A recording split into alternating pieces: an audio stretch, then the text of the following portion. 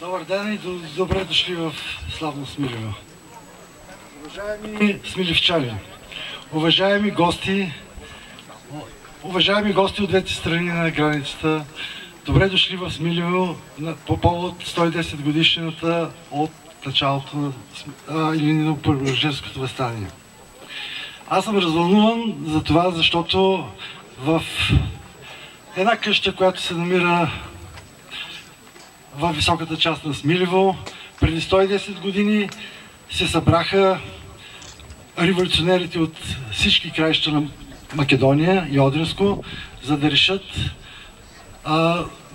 началото на едно велико дело.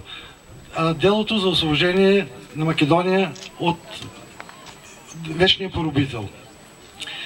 Развълнуван съм за това, защото моите дети, които са преселници от Дебърско и от Лазар поле, са възпитали в своите потомци един дух на непримиримост, за една борба, апотеоз на която беше Дамян Груев.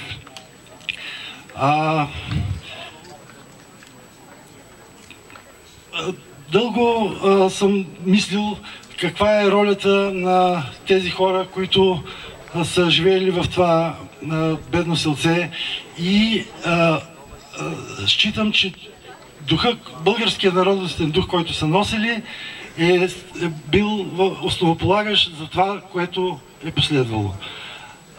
Благодаря ви още веднъж за това, че посетихте Смилево, и ви желая всичко най-добро.